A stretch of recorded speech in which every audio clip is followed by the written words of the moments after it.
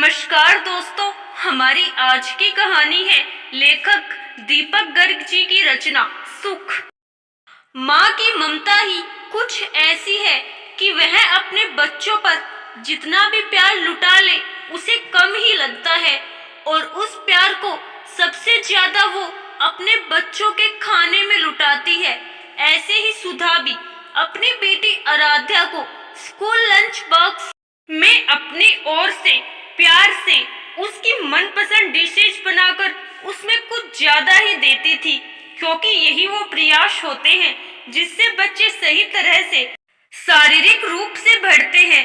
पर वह बीते कुछ दिनों से लगातार नोटिस कर रही थी कि लंच बॉक्स में अधिक खाना देने के बाद भी आराध्या स्कूल से आते ही खाने को ऐसे मांगती थी जैसे कि वह सुबह से भूखे पेट हो। अब बच्चा सामने से माँ से मांगकर खाए तो इससे ज्यादा संतुष्टि किसी माँ को नहीं मिल सकती।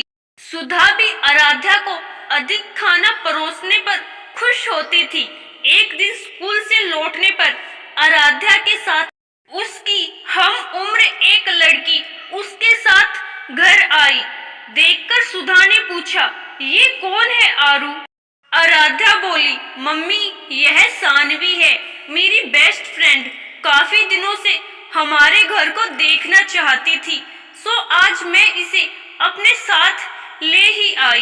कहकर आराध्या बाथरूम में कपड़े बदलने के लिए चली गई तो सानवी सुधा की और मुस्कुराकर देख रही थी, और वो पास आकर सुधा के हाथों को चूमते हुए, आंटी आप खाना बहुत अच्छा बनाती हैं।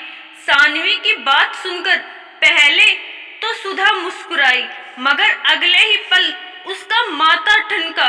अच्छा तो यह बात है, अब मेरे समझ में आया कि आराध्या अधिक लंच बॉक्स क्यों ले जाने पर भी वापसी में आकर भूखे पेट की तरह क्यों खाना मांगती है। सुधा गुस्से में झुंझला उठी और तुरंत अंदर कमरे में जा पहुंची, जहां आराध्या अपने स्कूल ड्रेस समेट कर रख रही थी। सुधा उस पर बरस पड़ी, ये सब क्या है आराध्या?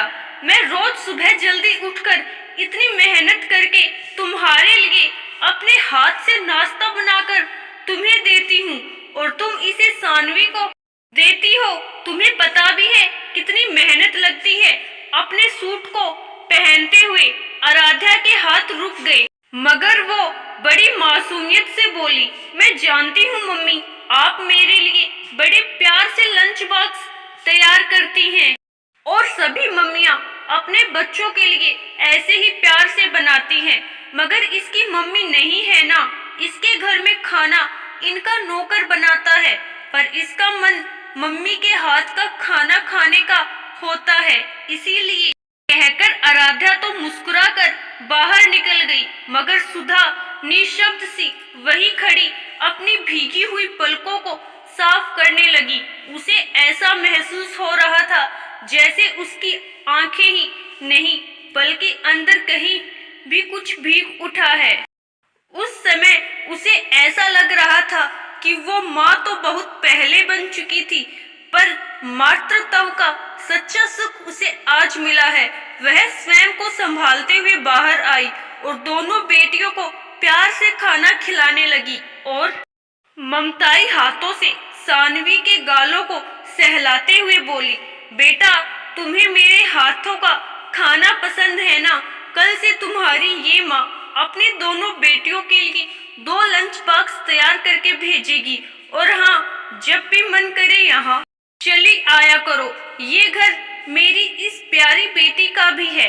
अचानक सानवी खाना छोड़कर उठी और सुधा के सीने से लग गई।